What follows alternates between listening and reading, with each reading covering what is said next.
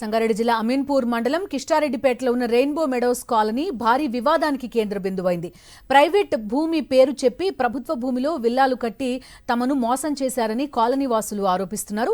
నిర్మాణ సంస్థ యాజమాన్యంలోని వెంకట నరసింహతో పాటు ఏపీకి చెందిన టీడీపీ కందుకూరు ఎమ్మెల్యే ఇంటూరి నాగేశ్వరరావు, ఇంటూరి ప్రసాద్ కలిసి ప్రాజెక్టు నిర్మాణం చేపట్టి ప్రజలను తప్పుదోవ పట్టించారని బాధితులు ఆరోపించారు. తాజాగా 199, 204, 208, 210 సర్వే నంబర్లలో అధికారులు సర్వే నిర్వహించగా మొత్తం 40 విల్లాలు ప్రభుత్వ భూమిలో ఉన్నట్టు గుర్తించారు. దీంతో తమకు న్యాయం చేయాలని బాధితులు ఆందోళనకు దిగారు.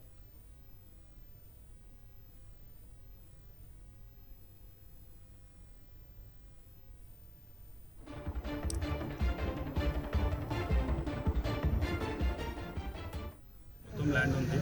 మేము వెంకట నరసింహ, నల్లూరు వెంకట నరసింహ, ఇంటూరి నాగేశ్వరరావు, ఇంటూరి ప్రసాద్ ముగ్గురు కలిసి మళ్ళీ అప్రోచ్ అయిన ఉండే డెవలప్మెంట్ చేస్తాం హెచ్ఎండిఏ లేఅవుట్ అని. మేము 2018లో హెచ్ఎండిఏ లేఅవుట్కి అగ్రిమెంట్ చేసాము.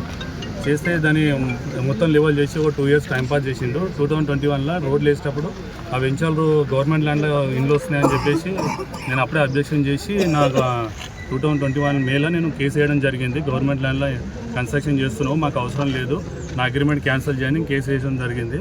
అందరినీ మభ్య పెట్టుకుంటా ఇన్ని రోజులు వచ్చిండు. మొన్న జరిగిన ఏడీ సర్వేతోని ఇది మొత్తం అందరికీ వెంచర్ల గట్ట అందరికీ నిరూపితం అయ్యింది.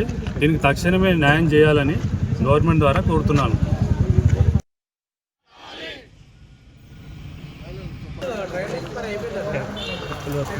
ఫోన్ పే క్యాష్ కావాలట వాడు.